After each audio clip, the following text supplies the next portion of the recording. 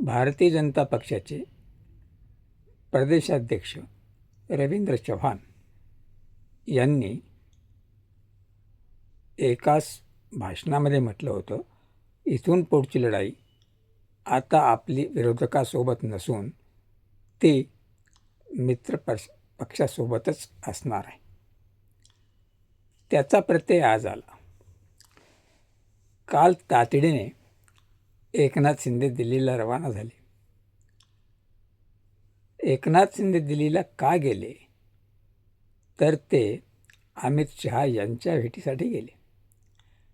त्याचं कारण असं आहे की पहिला मुद्दा छत्रपती संभाजीनगरचे संजय शिरसाट आणि स्वतःचा मुलगा खासदार श्रीकांत शिंदे यांना ईडीने नोटिसा बजावल्या आहेत. तेव्हा हे फडणवीसांच्या संमतीशिवाय होऊ शकतं का? तर नाही.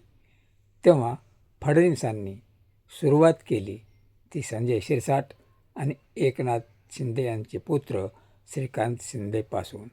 जर यामधून एकनाथ शिंदे मार्ग काढू शकले नाहीत तर उर्वरित मंडळी केव्हाच एकनाथ शिंदेला राम राम ठोकेल, कारण उपमुख्यमंत्री असूनही ते आपल्याला वाचवू शकणार नाहीत याची पूर्ती जाणीव त्यांना येणार आहे. तेव्हा एकनाथ शिंदेंच्या पाठीत खंजीर खुपसण्याचं काम भारतीय जनता पक्षानं सुरू केलं आहे का?